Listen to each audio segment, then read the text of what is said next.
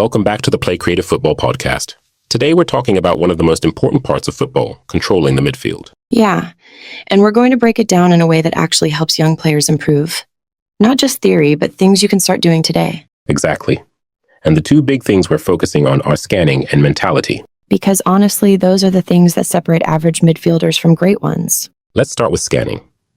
A lot of young players don't really understand how important this is. Yeah, they think it's just about passing or dribbling, but scanning is what makes everything else work. For anyone listening, scanning just means checking your surroundings before you get the ball. So looking over your shoulder, checking where your teammates are, where the space is, and where the pressure is coming from. And the best midfielders do this all the time. Not just once, but constantly. It's almost like a habit. Before the ball even reaches them, they already know their next move. That's why they look so calm. It's not that they have more time. It's that they've already used the time before receiving the ball. Exactly. If you don't scan, you're basically guessing.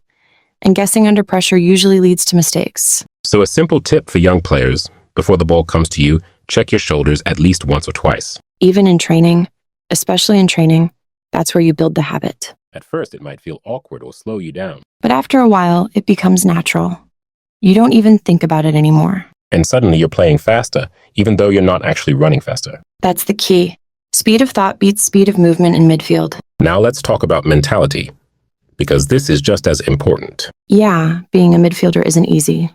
You're always involved, always under pressure, always expected to make things happen. And you're going to make mistakes. That's guaranteed. The difference is how you react to those mistakes. Do you hide and stop asking for the ball? Or do you keep showing for it, even after losing it? The best midfielders always want the ball again. They don't let one mistake affect their confidence. And that's something young players need to understand early. You're not supposed to be perfect.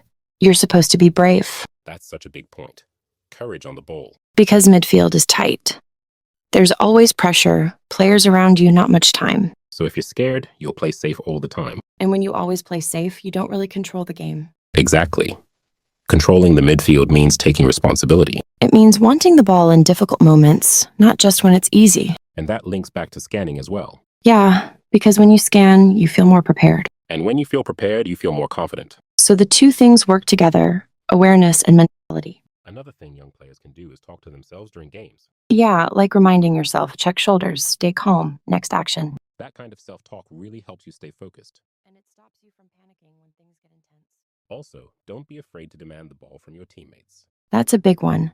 Communication shows confidence. Even if you don't get it every time, you're showing that you're ready. And coaches notice that as well. So if we had to summarize it simply, Scan early, scan often. and build the mentality to always want the ball. Even under pressure, even after mistakes. Because that's how you start to control the midfield. And once you control the midfield, you start controlling the game. That's it for today's episode. Make sure you take these ideas into your next training session. And we'll see you next time on the Play Creative Football podcast.